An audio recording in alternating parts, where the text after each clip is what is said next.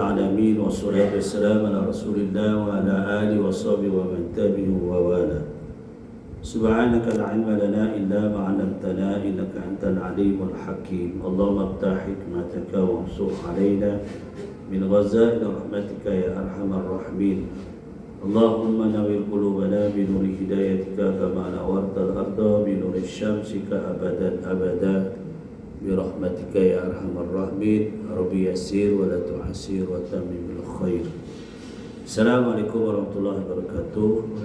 Alhamdulillah, jadikan syukur kepada Allah SWT diizinkan pertemuan kita pada malam ini, iaitu hari ini kita 20 November 2023 Masihi sama ada 7 Jamadil Awal. Mudah-mudahan kita berrahmat. Bahagia Tuan Imam dan barisan jawatan kuasa yang dihormati, yang hadir pada hari ini. InsyaAllah kita menyambung yang telah lalu berhubung tentang mujassamah, tentang banyaknya terdapat hadis-hadis yang bertalian dengan akan lahirnya firqah ataupun kumpulan-kumpulan perselisihan faham di kalangan umat Islam di akhir zaman. Sabda Rasulullah SAW menegaskan, fa innahu may ya'ish minkum min ba'di fasayara ikhtilafan katsira fa'alaikum bisunnati wa sunnatil khulafa'il mujahidin ar-rasyidin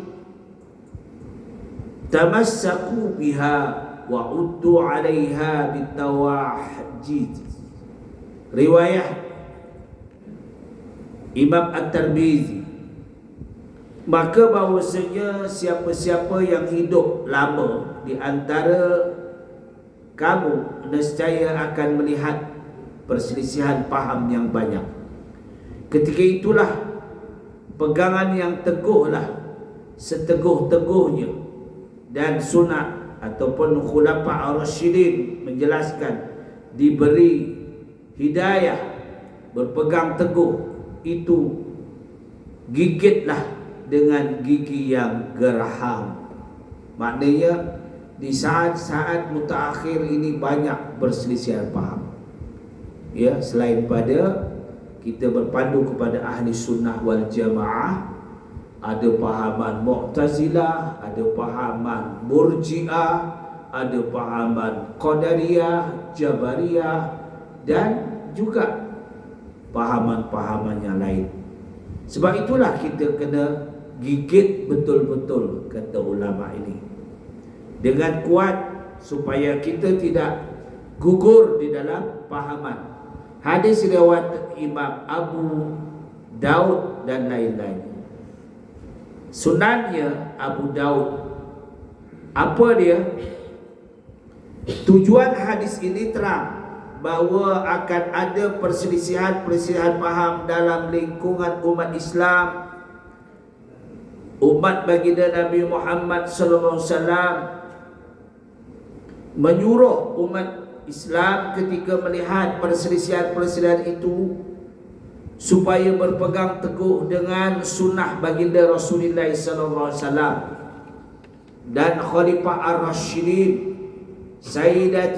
Sayyidina Abu Bakr As-Siddiq, Umar bin Al-Khattab, Utsman bin Affan dan Ali karramallahu wajhah.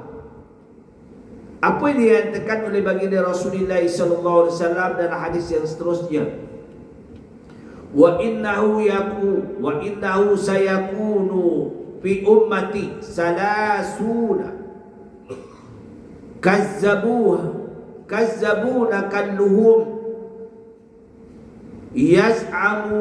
yas'amu annahu nabiyyun wa ana khataman nabiyyuna la nabiyyu ba'di. Riwayat Al-Imam Tirmizi apa katanya? Akan lahir di kalangan umatku nanti 30 orang pembohong yang mendakwakan bahawa ia Nabi. Saya akan, dia kata, saya adalah Nabi penutup. Tidak ada lagi Nabi sesudahku, kata Rasulullah. Itu yang timbul Nabi Harun, Rasul Harun lah, macam-macam. Di pahaman Qadiani berkembang di Malaysia ni, kita tak tahu Qadiani. Pergilah, pahaman ini berkembang. Kita kata salah, dia kata betul. Inilah Islam. Tapi macam mana dia kata Islamnya? Allah dah kata dalam firman dalam surah Al-Imran kan, yauma tabyaddu wujuhu wa taswaddu wujuh fa ammal ladzina aswaddat wujuhuhum akafartum ba'da imanikum fadhuqul 'adzaba bima kuntum takfurun. Jelas.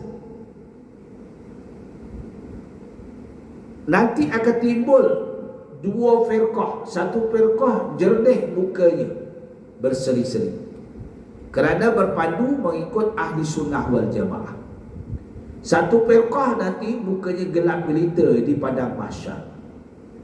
Nabi tak kenal mereka kerana mereka mengabaikan ajaran yang dibawa oleh baginda Nabi Muhammad mengikut sunnah ahli sunnah wal jamaah. Mereka berpahaman Qadariyah, Jabariyah, Mu'tazilah, Murji'ah. Dia mengaku Islam, tapi pahamannya, aqaid, tauhid dia salah. Inilah yang kita khawatir. Sebab itulah kita berpegang teguh dan prinsip yang dibawa oleh Allah kepada baginda Nabi Muhammad SAW. Ayat yang diturunkan itu dalam surah Al-Imran supaya kita kuat. Kerana ramai orang mengaku beriman pada Allah Ta'ala, mengaku bertakwa, tetapi akidahnya salah. Ini yang kita khawatir. Sabda Rasulullah SAW lagi, an Uzaiqah qala Rasulullah SAW likulli ummatin majusun wa majusu hadhil ummati alladhi yakununa la qadr man mata minhum fala tash'adu janazat wa man marida minhum fala ta'uduhum wa hum syai'atul dajjal wa haqqun 'ala Allahi ayyulhiqahum bid dajjal. Ini berlaku. Ya. Riwayat Abu Daud, sunannya Abi Daud juga, susunan daripada Abi Daud dari Huzaifah, sanadnya Huzaifah radhiyallahu an. Beliau berkata, bersabda Rasulullah sallallahu alaihi wasallam, sampai hari kiamat mereka tetap atas kebenaran itu. Hadis sahih riwayat Bukhari. Lihat Fathul Bari juzuk yang ke-17 halaman 56 dalam kitab Fathul Bari. Apa dia kata? Melihat hadis-hadis yang sahih ini dapat diambil kesimpulan bahawa baginda Rasulullah SAW menceritakan suatu yang akan terjadi kalangan umat Islam secara mukjizat, iaitu mengakhirkan hal-hal yang akan terjadi. Khabar ini tentu diterima baginda daripada Allah Ta'ala. Yang kedua, sesudah baginda Rasulullah SAW diwafatkan oleh Allah SWT, timbullah perselisihan faham yang banyak, sampai 73 pahaman i'tiqad.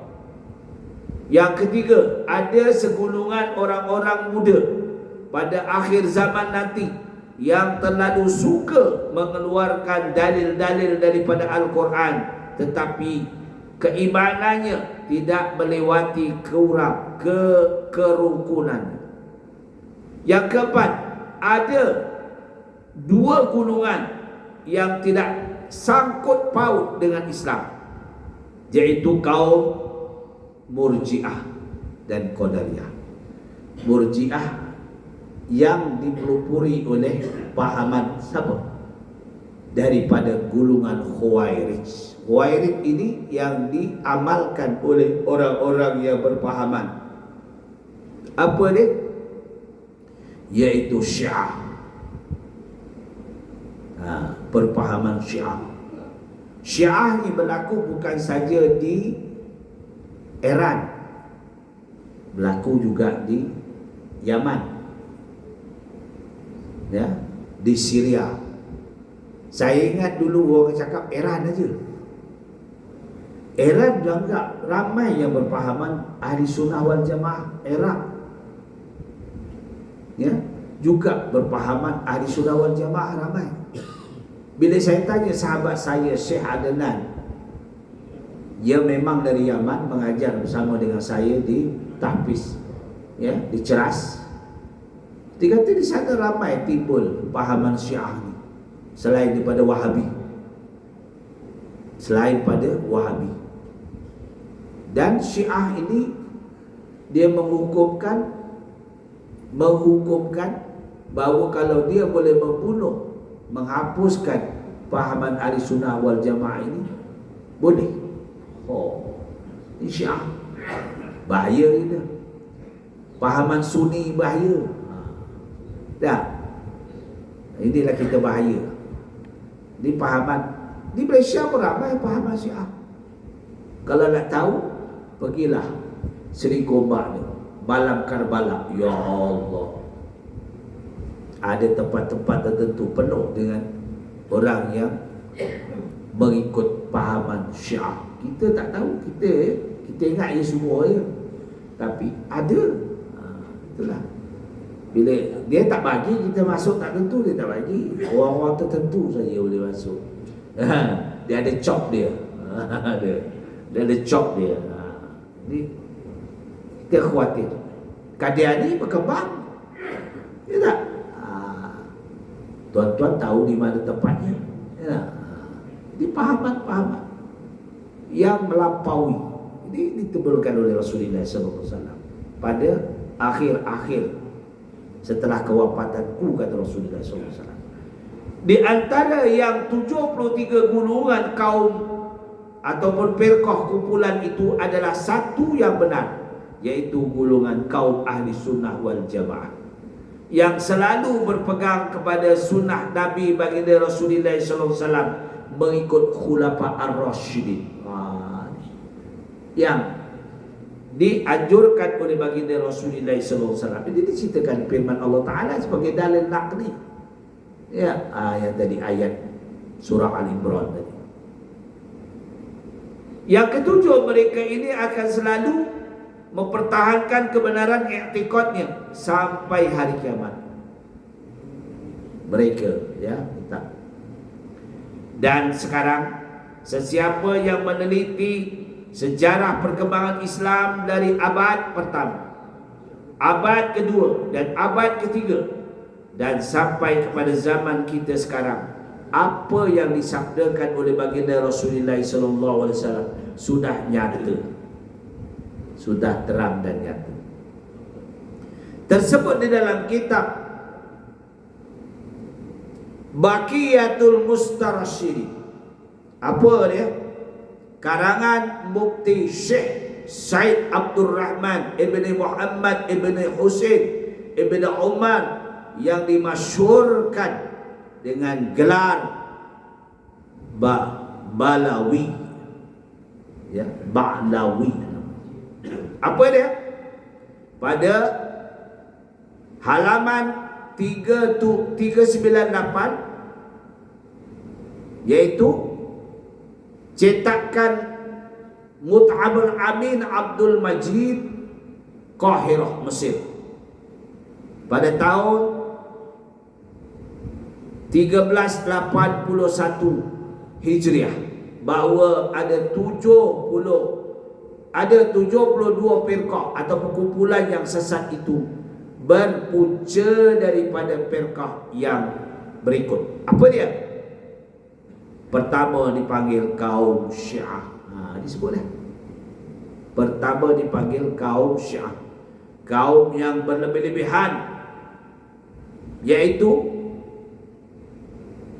memuja Sayyidina Ali karramallahu wajhah. Mereka tidak mengakui khalifah-khalifah yang lain seperti Abu Bakar As-Siddiq, Umar ibn Khattab, Utsman bin Affan radhiyallahu anhu. Kaum Syiah kemudian berpecah menjadi Khawarij. Dia tak setuju. Sehingga kan kaum Syiah ini mengubah Al-Quran. Al-Quran ini mereka bentuk, ditambah oleh kata Abu Bakar katanya. Padahal Al-Quran ini disusun melalui arahan Abu Bakar As-Siddiq ketika jadi khalifah kewafatan Rasulullah SAW, dipimpin oleh Zaid bin Sabit, seorang pemuda yang hafaz Al-Quran setiap hari. Dia menghadap Rasulullah SAW setiap wahyu yang datang. Zaid bin Sabit, Syu'bah, Utsman bin Affan, Sayyidina Ali karramallahu wajhah, Umar ibn Khattab. Tetapi Zaid bin Sabit kerana muda, sebab itulah orang yang diarah oleh setelah Umar ibn Khattab menghadapkan kepada Abu Bakar As-Siddiq kerana peperangan menghapuskan orang-orang yang murtad. Setelah wafat Rasulullah SAW, ramai yang orang baru masuk Islam murtad balik. Dia kata Muhammad dah mati, dah wafat, buat apa kita lagi nak ikut Islam? Dia tak mau mengeluarkan zakat.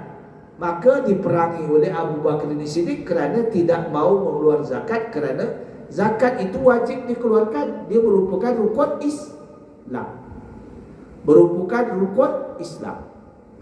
Timbul dalam hadis matan arba'in, hadis yang ketiga, bahawa Rasulullah diperintah oleh Allah Ta'ala untuk memerangi orang-orang kafir kerana 3 asbab. Pertama, orang-orang kafir tidak mengaku Islam kala mendengar kalimah syahadah.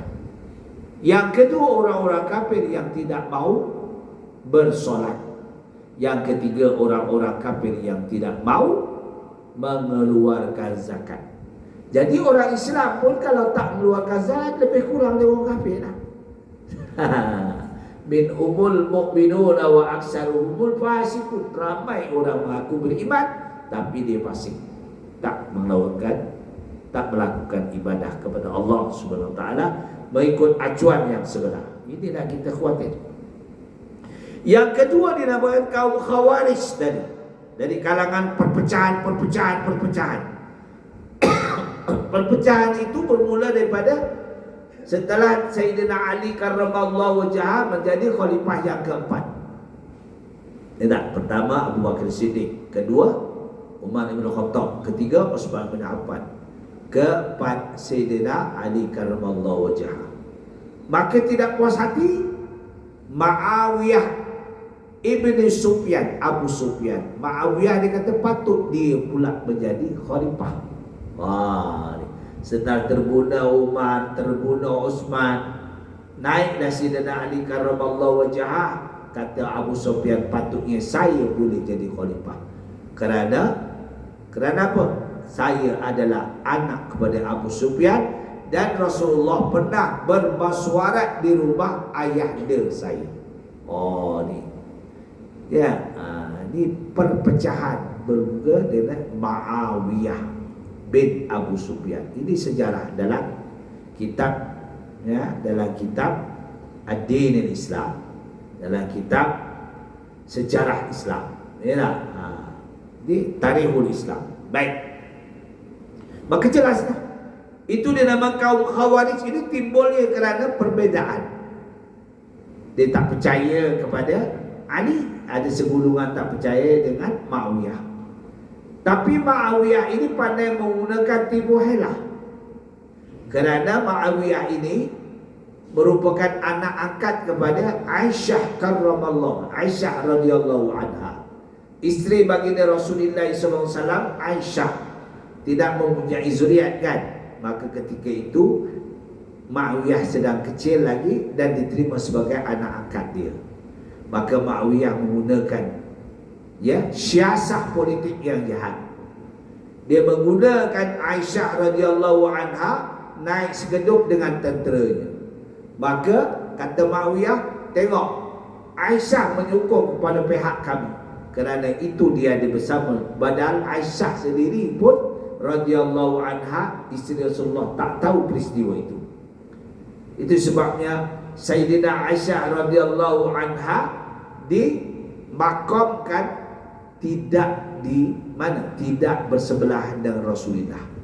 Ada kan makam Rasulullah, kemudian Abu Bakar Al-Siddiq, Umar bin Khattab, Aisyah radhiyallahu anha. Makam tu kosong. Makam tu kosong. Ketika Aisyah radhiyallahu anha gerik memberi amanat, bilanya aku mati, kebumikanlah aku dibangkit. Maka ditanya oleh sahabat, kenapa? Aku telah menderhaka kepada Rasulullah kerana aku tertipu dengan Muawiyah tadi, naik sekedup tadi, unta bersekedup di dalam. Ada Aisyah tahu kan? Tak tahu. Tapi kerana malunya Aisyah radhiyallahu anha, dia kata, aku tak layak duduk bersama makam Rasulullah sallallahu alaihi wasallam, kebumilah aku dibangkit. Ini diamanatkan kepada para sahabat. Jelaslah. Ini kaum Khawarij. Kaum Khawarij ini mana? Yaitu kaum yang bersisihan, membenci Sayyidina Ali karramallahu wajhah. Bahkan ada di antara yang mengkafirkan Sayyidina Ali. Tengok, kumpulan ini berfatwa bahawa orang-orang yang membuat dosa besar menjadi kafir. Kaum Khawarij kemudian berpecah menjadi 20 aliran. Lagi banyak. Khawarij berpecah. Khawarij tak setuju dengan Sayyidina Ali karramallahu wajhah. Ini bahaya. Ini salah satu Syiah dia lah. Kita khawatir. Yang ketiga, kaum Mu'tazilah. Mu'tazilah yang dipopularkan oleh Basir. Satu ketika Basir ini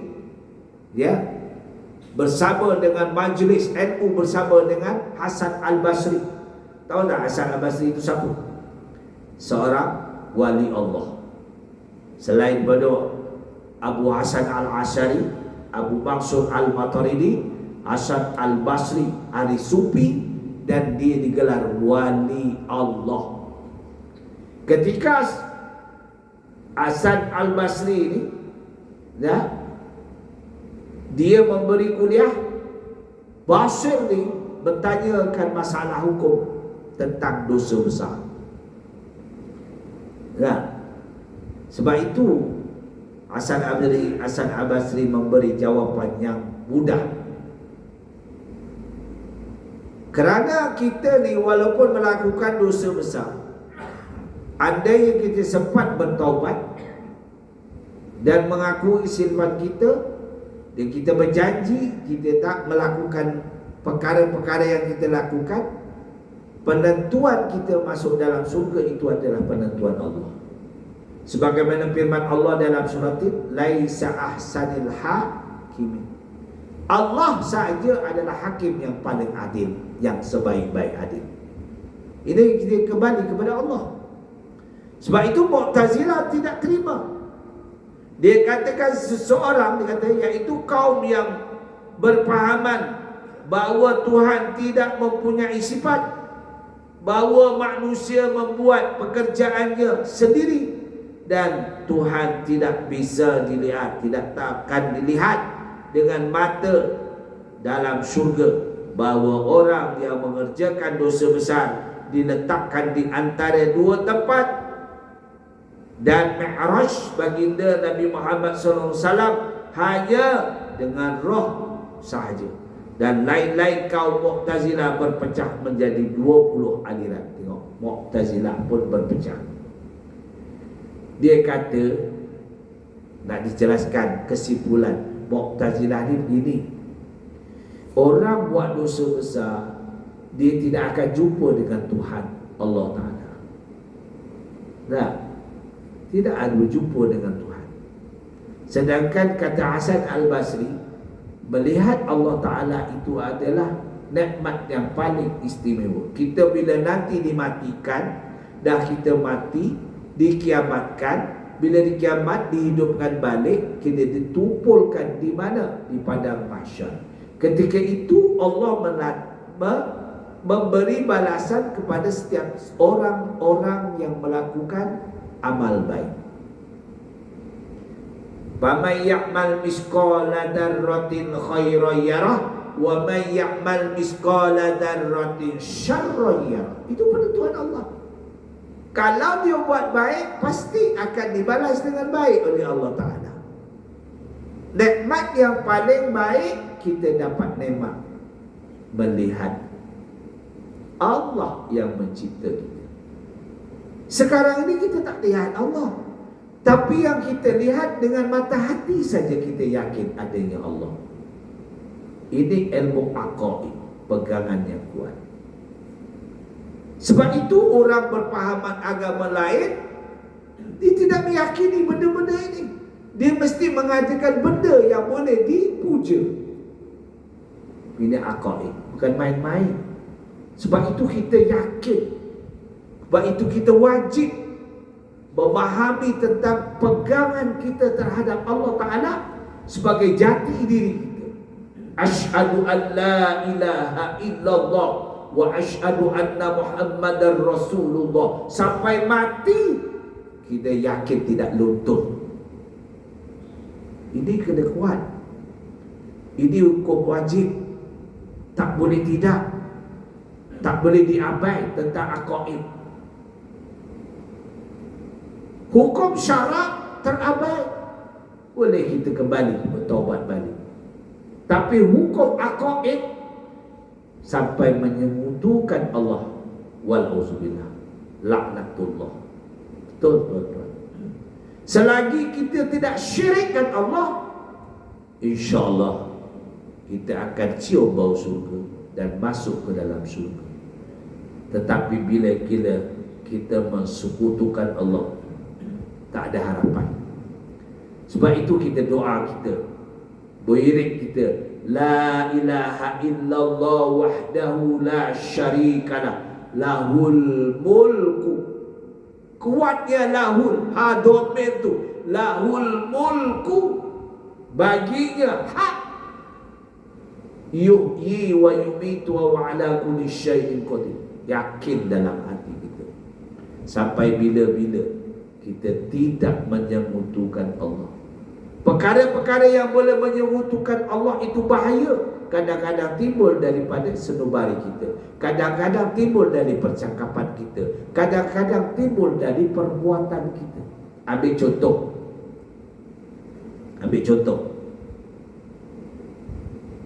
Ada simpulan itu Tok Bomo. Dia boleh ngubati orang. Tak? Kata Tok Bomo, kalau aku nak tarik harta kamu yang hilang, kamu cari, dia kata Tok Bomo ni, kamu cari bunga, atau ke sini kamu cari kain kuning. Bunga dengan kain kuning.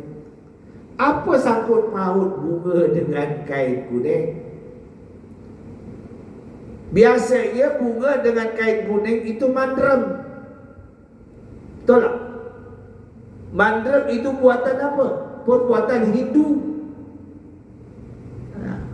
Betul tak? Jadi kadang-kadang orang tak faham.